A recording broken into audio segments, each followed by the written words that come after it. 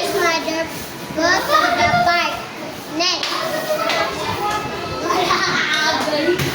A few minutes, Jack is happy. Then, a few minutes,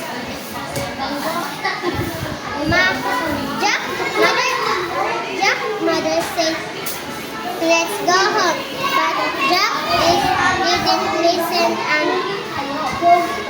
didn't listen. Next, then,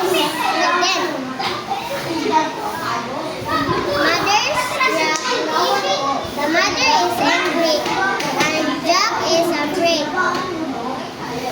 And go home. I learned to be listen.